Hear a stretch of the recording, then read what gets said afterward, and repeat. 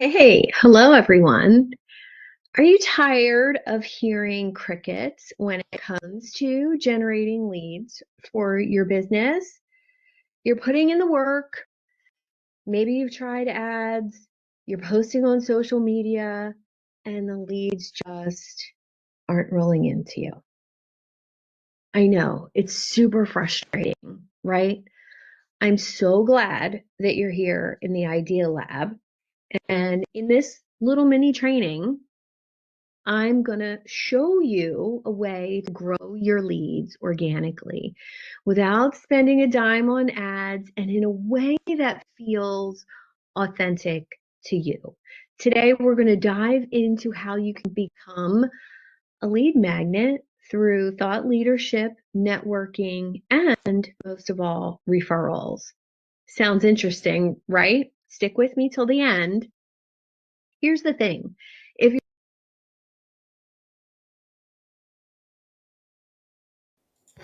Welcome, everyone, to Together We Serve. What a cool video. Did you hear what she said? Networking. I think she said community, but connecting. We have to do it together as a community, as a group, tribe. There's so many words out there which are great. But this is the queen, the expert, the creme de la creme of all this. She's been super successful connecting people without ads. How many of you would like to save money on your ads? How many entrepreneurs like to connect with more people? Your network's your net worth. Well, we're going to learn a lot about that today, but we're also going to learn a servant's heart, how you can serve while you're connecting and building your network. This show is called How to Intentionally Create the Space for Connecting. The key word there is intentionally. Are you being intentional right now? Are you being intentional serving? Are you being intentional connecting? Are you being intentional building that tribe, community, or group, or whatever you want to call it? Well, let's bring our guest on to the show. Susan, welcome to the show. Hey, how are you? I am so excited to have you on. I want to pull something out of that video, which I Yeah. loved. Idea Lab. I think Yeah. other people could do this. Talk about that. Well, it's been a long journey. I started with a free Facebook group about 4 or 5 years ago, just with this idea of bringing entrepreneurs together to create a space for ideas in creativity and networking. And my dog wants her dinner. Sorry about that. We're live. And it was basically created because it's what I wanted. I just wasn't finding the community and the connection that I craved as an entrepreneur, and I wanted that information with, how to grow my business, how to grow my email list, and all the things that entrepreneurs juggle at the same time. Juggling is a key word. Couldn't hit the button live. We're both Yeah. live, so that's cool. But I love the juggling because that's across the board, especially as Yeah. an entrepreneur. What are some tips that people, when they juggle where they're growing, they're being successful? Well, I think it's priorities. Number one for me was focus. That was my word of the year a couple years ago. And it was really being, again, intentional, using that word a lot lately, but being intentional about where I put my energy and my time. And as an entrepreneur, I think many times when you're newer to the online space, you find all these events to go to and all this networking to do, but none of it really leads to making any money because you don't have a plan for your networking and you don't have a structure to those get to know you calls. I understand because I did hundreds and hundreds of meaningless calls that, never moved to that next step. So I think for me, focus was key, and I couldn't have too many projects. I love to learn and I love new shiny things. And I had to learn to keep the focus on the things that move the needle in my business, like my podcast, like doing other people's podcasts, because, get your voice out there in front of more people, and less networking, actually, because I curate my own networking group. So by focusing on that, it just seemed to work better for me. Yeah. But I couldn't do all of that plus be in 6 or 7 other communities, plus have a coach, plus have a mentor, plus mentor other people. It was just too much. So it was really about focus and saying no to more things. Finding your ceiling, knowing Mm, what you can handle. Those are the things, because what you can handle is different than what I can handle. To the what you audience are listening to, going, you need to figure that out, and yeah. that's what you as a coach or any coach, people go out there can help them figure it out. Mhm. I selfishly want to ask you because I hear it 3 or 4 times a month. I love this networking thing, but it doesn't work for me. Mm. Yeah, I was there.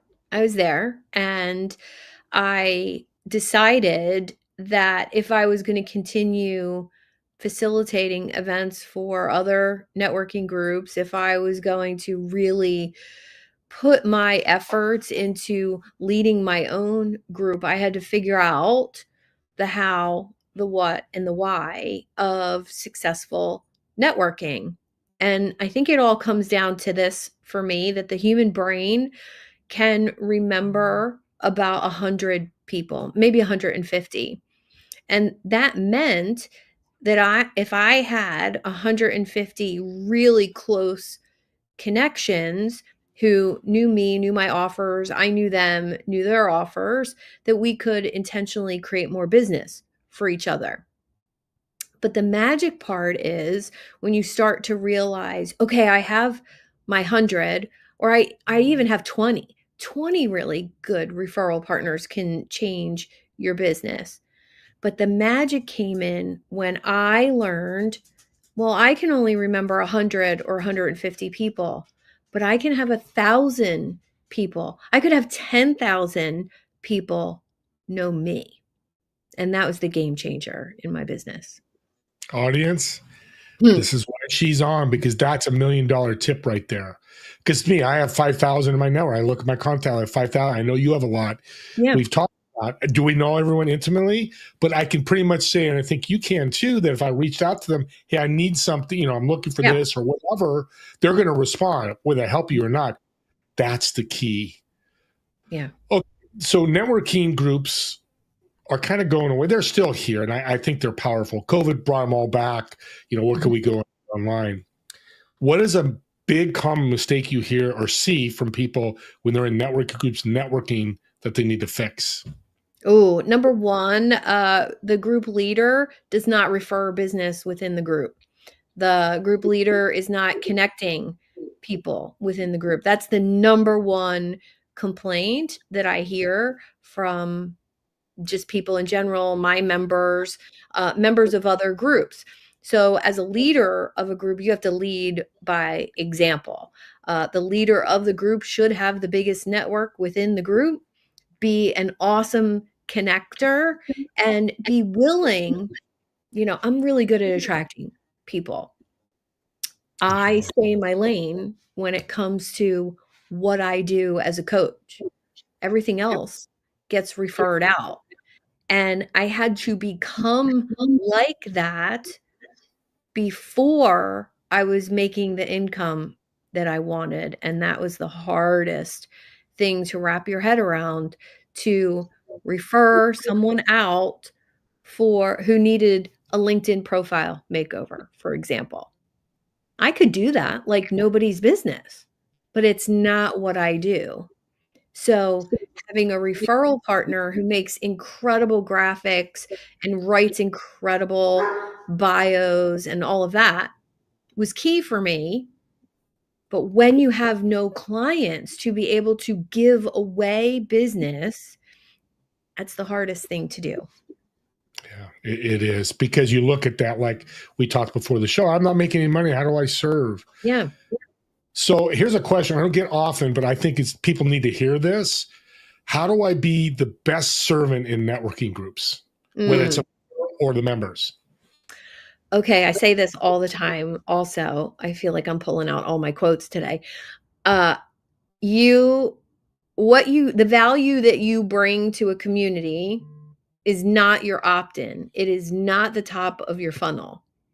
So, if you don't know what value you have that is not part of working with you. That's key. Because if you're always giving away your free PDF or your newsletter or some training you did, people feel as though you're baiting them in for a sale with that perceived value. So I kind of feel like the number one message that I say is if you're going to be of value to other people in your network, in a networking group, it is not what you give away to attract clients.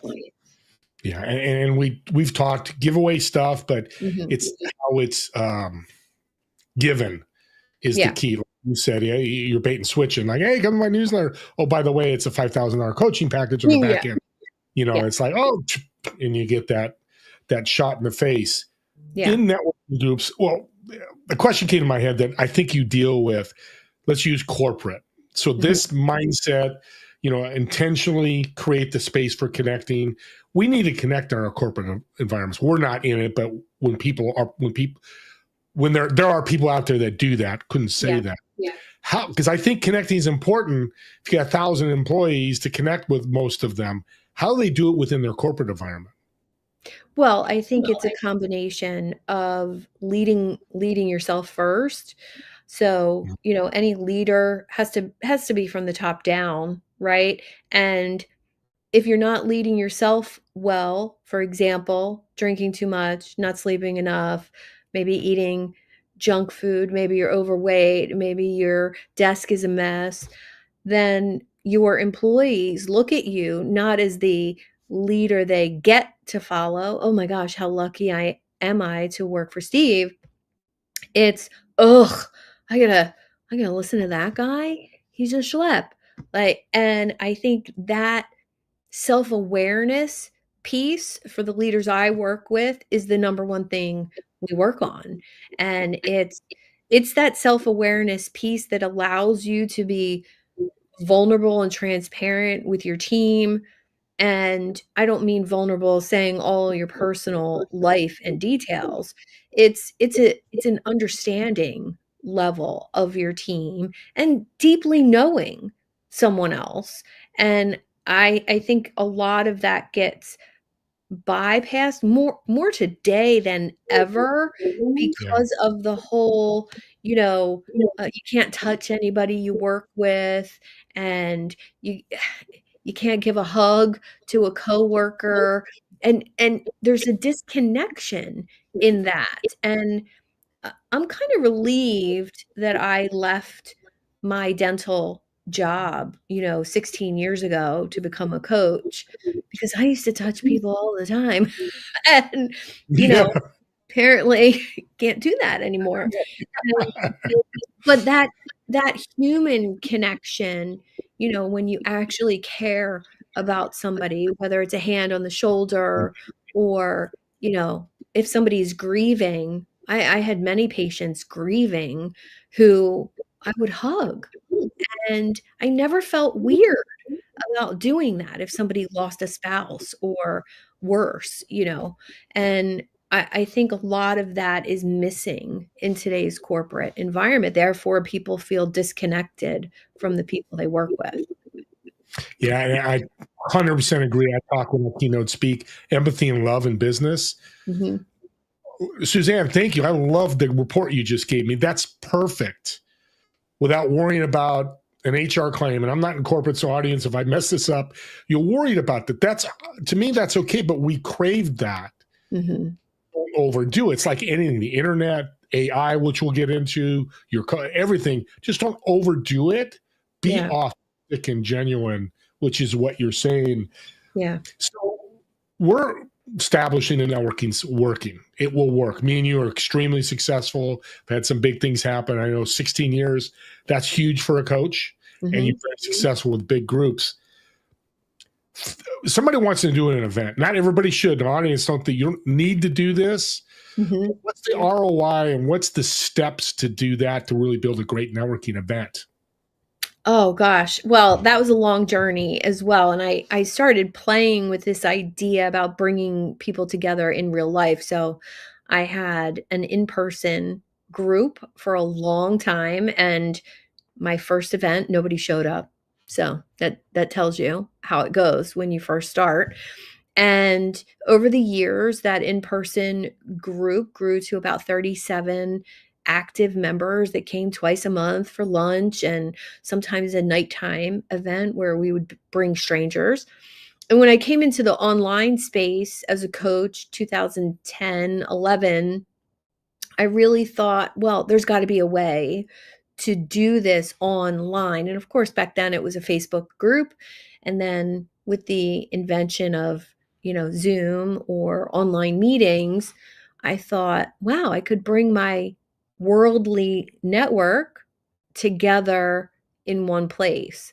And if I like somebody and I get along with them, introducing them to each other had to be fun. So really it was created all with fun in my mind. And the meetings I was running for other networking groups were really more structured than what I was doing.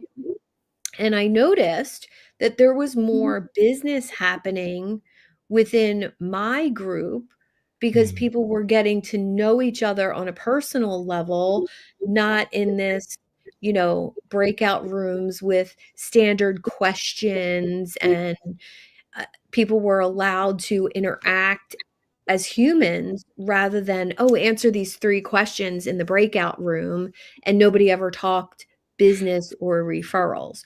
So, I just noticed how fun and music and food and could really bring people together and get them talking about themselves. And I know, I'm sure for you as well, people invest in you and your belief in them and vice versa. Right. And I could create the world's best coaching offer, but that's not what would make people buy it. That's It's right. me. They'd Yep. wanna work with me. Engaging questions Yeah. in a networking group, not how long you been in business, what's your challenges. That's what you Mhm. should do on one-on-one to learn about somebody. But engaging questions like, yeah, I hear you talk about, you've done this for 10 years. Why do you think you've been open for 10 years? What things Mm, like that. I mhm. love that. So I'm going to ask you one of those questions. This is Okay. it, but Only if you're, you answer too. yeah, I will. No, Okay. absolutely. Let's fair. We'll do a swip swap on the questions. And this is Okay. great, audience. This is a great role play of what you should do on a one-on-one. Suzanne, why do you think you're so successful after 16 years? My personality. And why is that? 'Cause I'm fun and I don't take nonsense. I'm very straightforward. I don't sugarcoat things. I'm always honest with people, even if it's a little uncomfortable, because that's what I want in return.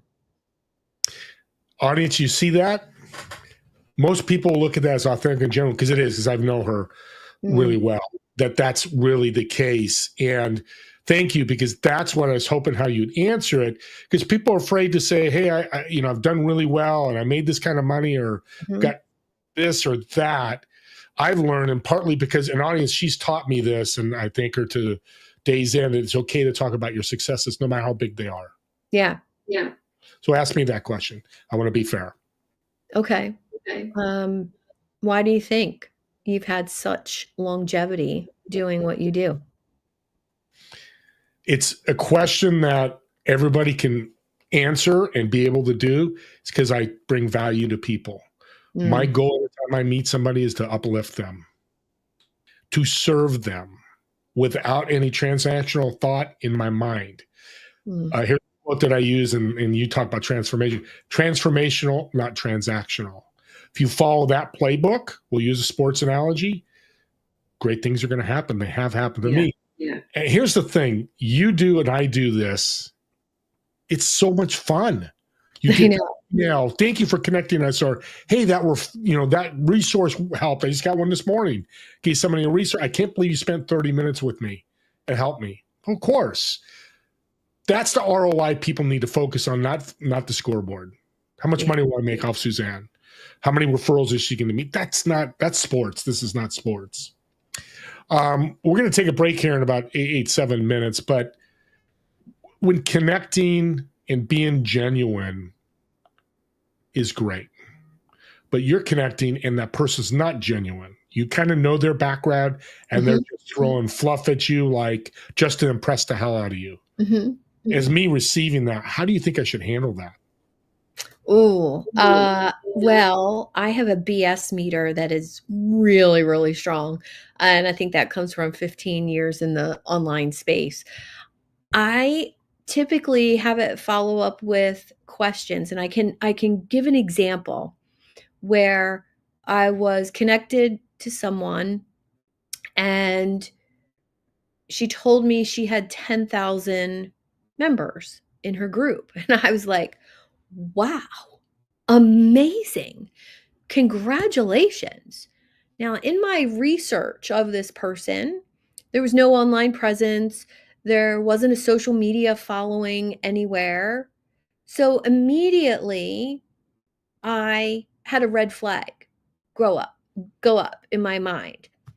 I was impressed with 10,000 members, but now I'm really curious. So I said, wow, this is no small accomplishment. I've been growing communities for a long time. 10,000 members, $100 a month. You're doing really, really well. What do you think the secret is? And she wouldn't answer me. And I said, okay, where do all these people come from? And she said, what do you mean? And I said, well, you don't have a website, you don't have a social media presence.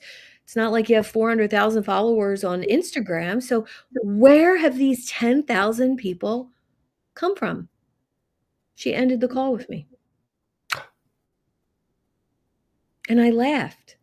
I thought, she thought I was just going to, you know, I am impressed with 10,000 members, don't get me wrong. Yeah. But now I'm ready to, like, find out more, and let's have a conversation about this because this is amazing. 10,000 members at $100 a month. Like, I'm invested in your success. This is amazing. And just out of curiosity, where do these people come from? Do you speak? Do you have a book? Like, where do all these people come from? Ended the call with me. Yeah, and you know what's interesting, audience? I don't know if you, because you don't know Suzanne like I do. She's asking these questions to learn, to take some secret sauce, and you do Yeah, it yourself. I would do yeah, the same thing. What's your secret sauce? She's doing it from a servant's heart. She's not pestering. She's not badgering. She wants to know more. yeah. Unfortunately, when somebody's not authentic like that, when they get caught, that those things Well, happen. I wanna, when I meet someone who has it figured out, I wanna feature that person. I wanna bring you in front of my group of coaches and have a conversation about membership and engagement and all the things. And that's why I ask questions like that. And sometimes, just sometimes, it's not received as curiosity, it's received as nosy or, well, because people aren't used to engaging in actual conversation. And I mean, you told me the numbers. I can do math in my head quickly. So, what's an entrepreneur who's making $100,000 a month doing on the phone for a 15-minute sales call? That Interesting. that's not a thing that happens at that level. So, I think in the online space, you really have to be savvy.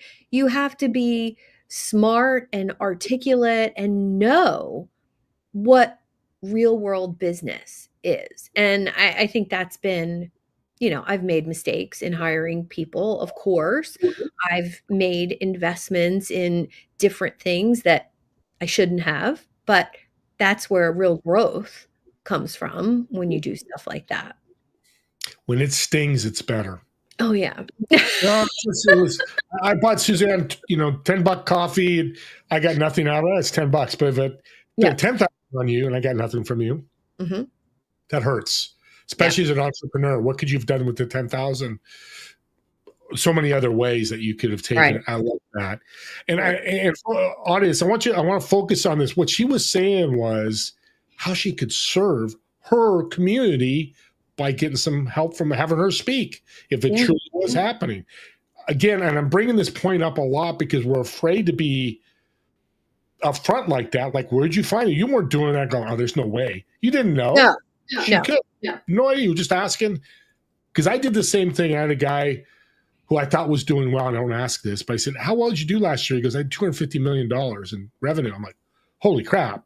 Like you with the Wow. 10,000. I knew you were doing well, but woo. All right. Yeah, that's exactly what I told him. And I asked him his secret sauce. He serves in the morning, serves the night before he goes to bed, and he has no competition. He has collaboration. And I Nice. asked, "Here's some people here.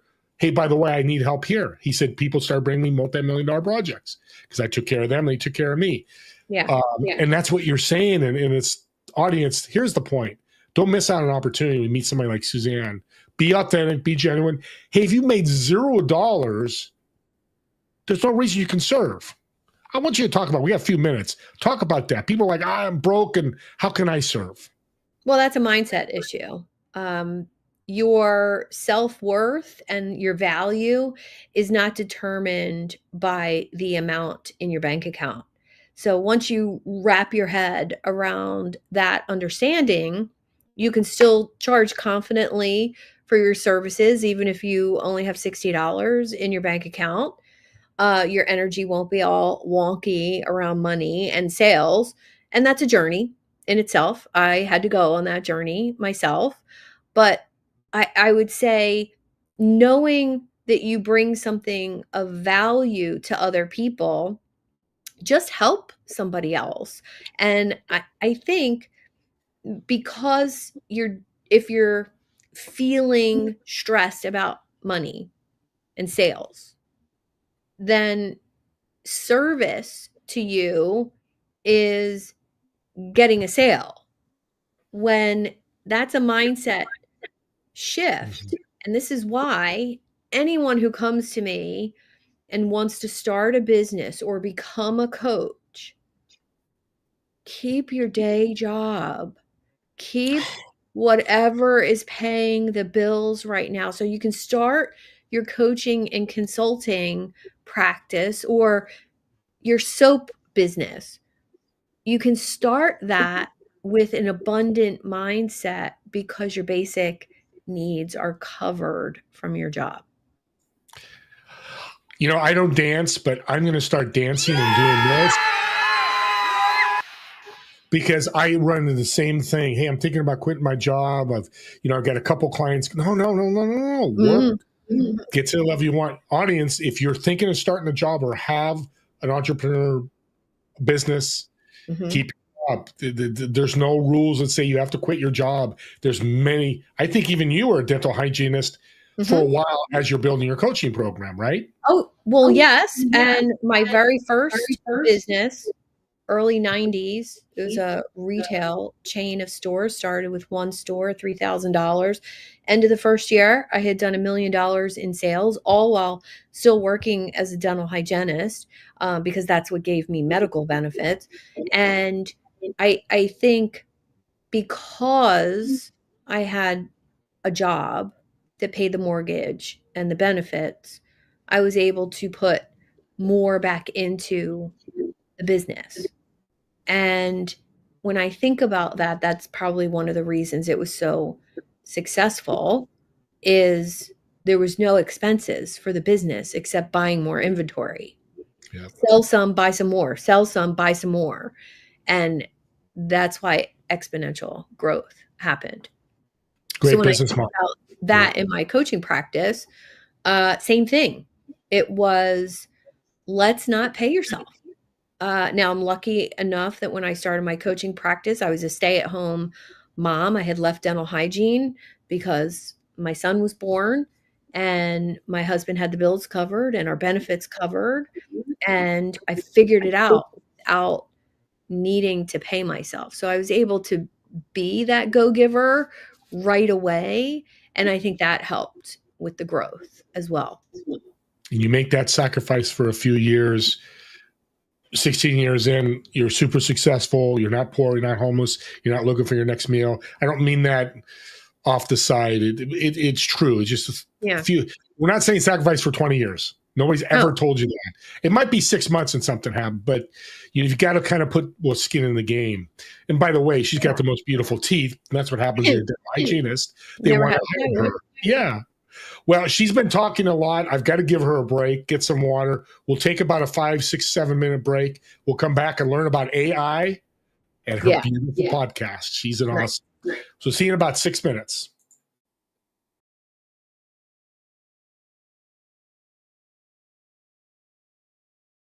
If you're struggling to attract the right clients, it's not because you lack effort.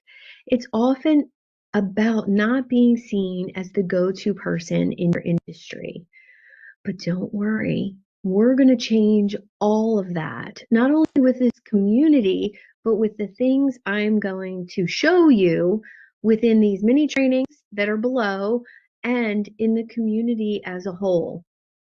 These are the things that I have done for myself that are currently still working in the marketplace today. And so, whether you're just starting out or you feel like you've hit a plateau, grab a notepad because we're going to be walking through those proven strategies for organic growth, and that'll have those leads coming in naturally. And if you're not quite at the 100K mark yet in your business, I'm going to introduce you to my Path to 100K course designed to get you on track and fast track the journey to success. Those trainings were part of a 2-year mastermind that I held, and each one of the trainings were between 60 and 90 minutes. And I'm re-recording them all for you to be 8 to 10-minute actionable bite-sized videos just like this one that will move you forward. And the only way to get that course is to message me and tell me you need it, and I will unlock it for you. All right, so let's talk about what it's really like when you're struggling to find enough leads for your business. You've been hustling, you're trying every marketing tactic, you're subscribing to stuff you don't need, and you've spent hours tweaking your website. Maybe you're running ads, maybe you're posting on every social media platform possible, and nothing seems to get people to message you, or even your DMs are being ignored because now they're seen as marketing tactics. So I get it. When you feel like you're spinning your wheels, things don't convert. This is an energy thing. We'll talk more about that in later videos. But it really feels like you're running uphill with a 50-pound backpack. And I've done that in a Spartan race. And trust me, it's no fun. So here's what most people don't realize. The struggle isn't usually about your effort or your skills. I'm going to say that again. The struggle isn't about your effort or your skills. It's often about your visibility and your credibility. If people don't see you as the go-to expert in your field, they won't come knocking at your door. And listen, clients don't knock at your door anyway. In 15, 16 years of being a coach, I've had one person knock on my front door that became a client. So it's definitely not enough to sustain you. You could have the best service or product, but without that trust and recognition, leads remain scarce. The problem is, from what I've seen, is most entrepreneurs are focusing on short-term, quick fix methods like paid ads, aggressive email campaigns, cold outreach. Yes, I used to do that. Once I messaged 900 people in a month, and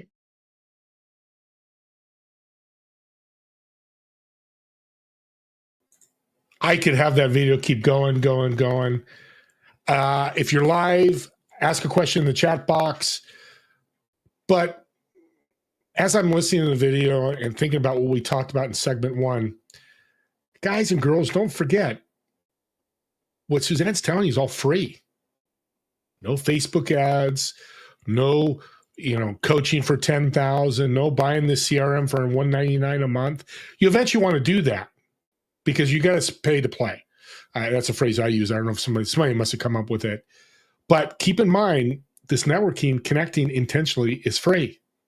What a way to launch your business. And how would you think about this. How'd you like $1 million your first year starting a business? It doesn't always happen, but why not talk to somebody that did it, that experienced it, that lived it? Let's bring her back. God, I love this lady. I'm so excited to bring her back. Suzanne, we all nourished, and hydrated to keep going. Yes, I did. I did as well. I have a new obsession. It's a sugar-free ginger ale with a splash of some kind of fruit in it, and it tastes like a Shirley Temple. We're going to talk later. Look at that, audience. Not only get coaching advice, you get recipe advice. I love it. So before we get, go ahead. I was just going to say, I was listening to my own video that was playing, and I was like, wow, she sounds really smart. And I really liked it. I liked that video. I might have to use that more often. And I wanted to add one thing to what you said about wanting to do $1 million a year in business. And I hear so many people get the advice to do, when they're starting out, to do a course or some low ticket offer, something under $100, or a course for $297. And it makes me insanely crazy to hear somebody get that advice, because the amount of people that you would need to buy your $27 product or your $297 course is never going to pay a salary and your bills and give you the living that you want unless you're prepared to spend $5, $10, $20,000 a month on ads. And that leads to do all that stuff for free to lead to a ticket offer. Is that what I'm hearing? Yes. See, audience, she taught me. If she could teach me, you're all in good shape because you knew that already. Well, you did reiterate many times with me. I'm excited to talk about coaches in conversation. To me, complete game changer. Talk about that. Audience, there's the link that you can access to. Reach out to me and I'll get it to you if you can't grab it here. Yeah, it was a monthly event that I wanted for myself because about almost 3 years ago now, I invited 7 coach friends to come to a conversation and talk about pricing. And it was a time in my coaching career when I was being challenged by my mentor to go for an up level in my pricing, my money mindset, and all of those things. And I had some friends that were coaches, but not in that conversation about actual business. So I said, let me bring them together. And after about a 90-minute conversation about pricing and how you determine pricing and lots of different thoughts and ideas, they all wanted to do it again. What are we talking about next month? And I just threw out there, let's talk about offers and offer ladders. And we did. And I recorded it and I transcribed it. And the content that I got from it was absolutely incredible. And over the last 3 years, I've continued to do it once a month, inviting my now 3,000 person email list of coaches. And many of my connections on LinkedIn are coaches or consultants. And it's because of that event that's really expanded my influence. And so much so, I didn't have an offer for coaches. I had nothing to sell coaches.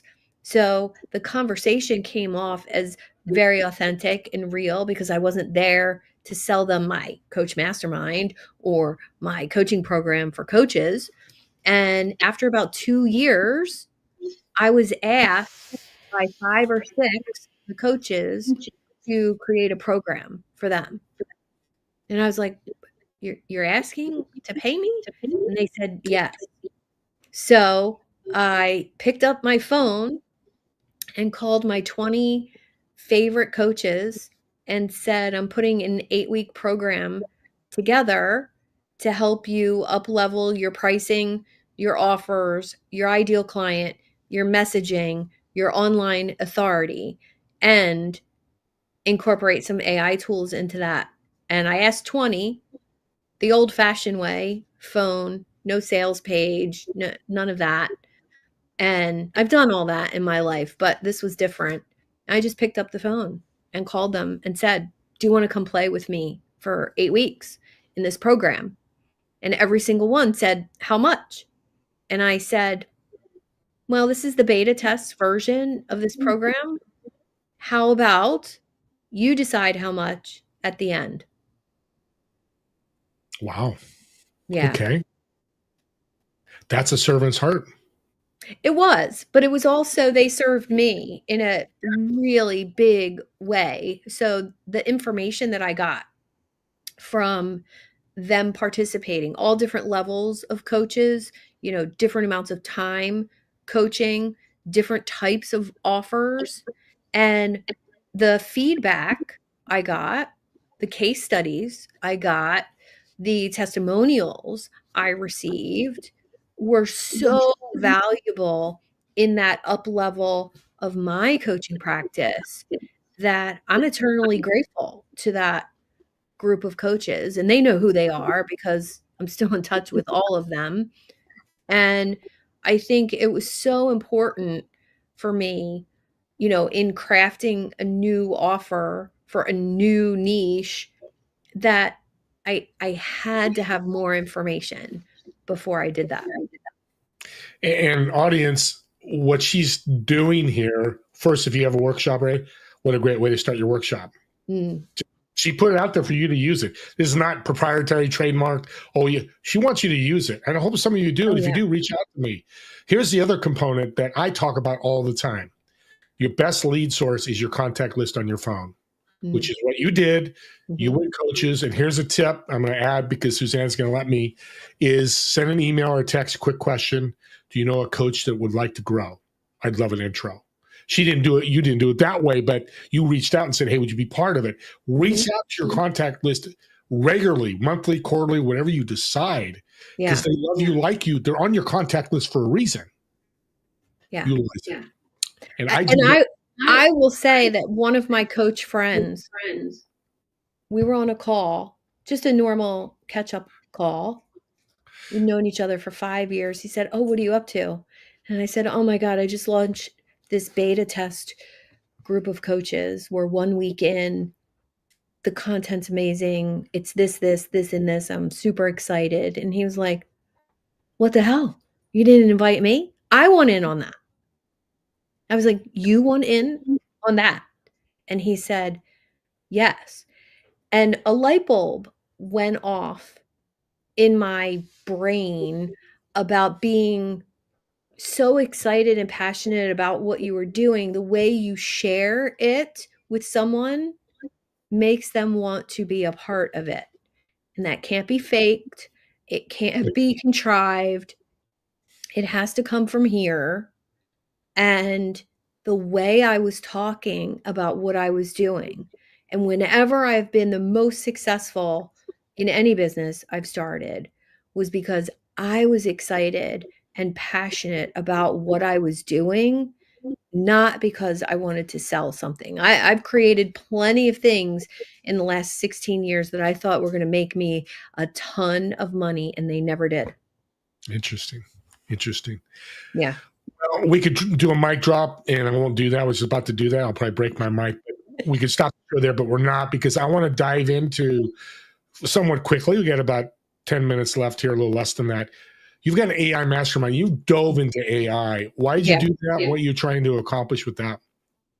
My own productivity, really, curiosity, and I was just intrigued by having a thinking partner, and it was a great experience, and then I stumbled across my AI mentor who just took things to the next level for me, joining his courses and his mastermind group, getting the right information from the right couple of people. I only learned from 3 people in the AI space, and those 3 people have been doing it way longer than me.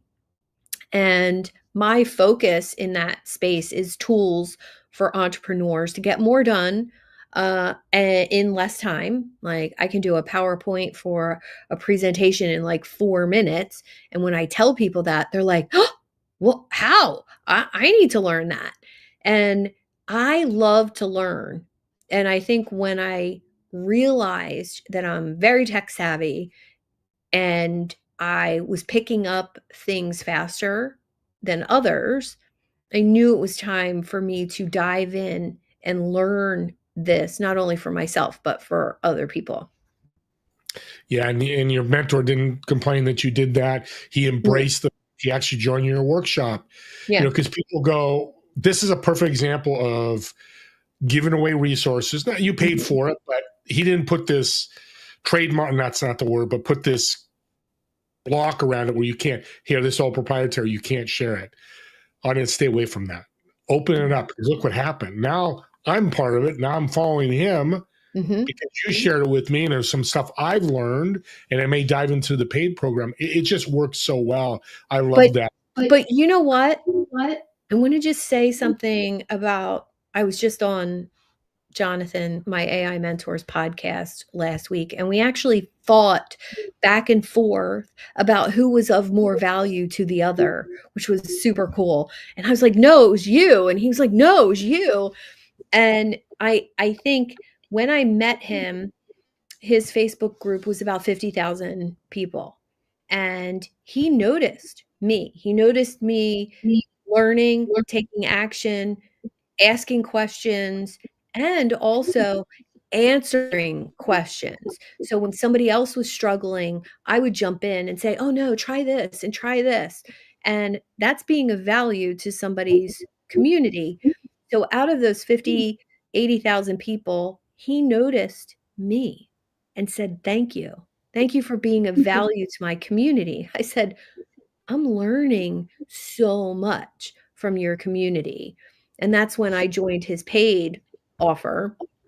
And now, we've taught workshops together and doing some incredible, incredible things.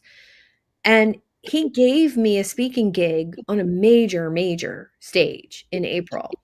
And all of that comes from actually being of value to somebody who I was learning from, and he just happens to have a way bigger audience than I do. I did not pick him because he had a bigger audience than me. There's a difference, and it's very slight difference, and somebody looking from the outside would see Sue partnering with someone who's bigger than her, like bigger list, bigger group, and he feels as though he's partnering with a quality business coach who knows what the heck she's doing, and so there's a reciprocity there between us that it doesn't matter the size of your list, but I think a lot of people wanna skip over the being of value piece and just go right to approaching an influencer and saying, "Oh, I wanna partner with you." But you haven't brought them anything of value. Law of reciprocity. Yeah. Audience, to be a good connector, a servant's heart, be engaged. Yes. I do the same thing in sports. I used to hustle, run faster. I was not but coaches kept me on the team because I engaged. I worked harder. I did more. I learned Mhm. curiosity and all those great things. That's a great Yeah. example. I'm actually going to use your story when I mentor people because they're like, why am I not being noticed? Well, if Mm. you stand there an introvert with your hands, covered Mhm. on a virtual Facebook like that, and be authentic. Yeah. Don't be negative. Don't any of that. Just if you can answer the question, rewards will come. It's super simple. Again, it's the mindset. So we're coming at the end here.